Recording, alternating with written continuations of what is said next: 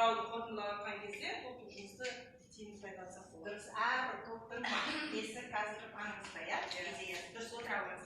Сіздер не ойлайсыздар, Розат?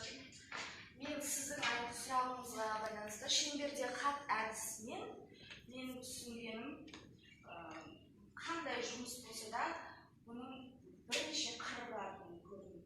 Әр сұрақтың бірнеше, мысалы мен бір жауапты жазып едім, қанша адаммен ауысқан кезде топтық жұмыстың әртүрлі қабылдайтынын түсіндім.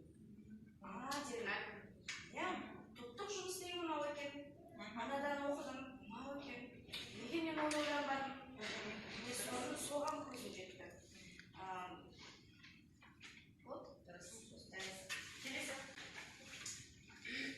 Енді топтық жұмыс деген ол ұйымдасқан түрде тұлғалардың бір мақсатқа жету үшін бірлесіп жұмыс істеу. Енді топтық жұмыс именно біздің мектепте ол біз жасай алмаймыз, өйткені бізде топтық жұмыс болғаннан кейін ол топтың барлық мүшелері қатысу. Ал бізде ондай біздің мектепте ондай мүмкін емес. Қазір соған келеміз. Біз топқа бөлген кезде, мысалы, топта мүлдем сөйлемейтін оқушылар болар. Ештеңе істей алмайды. Ал бір топта екі оқушы, мысалы, Қарқыны жоғары.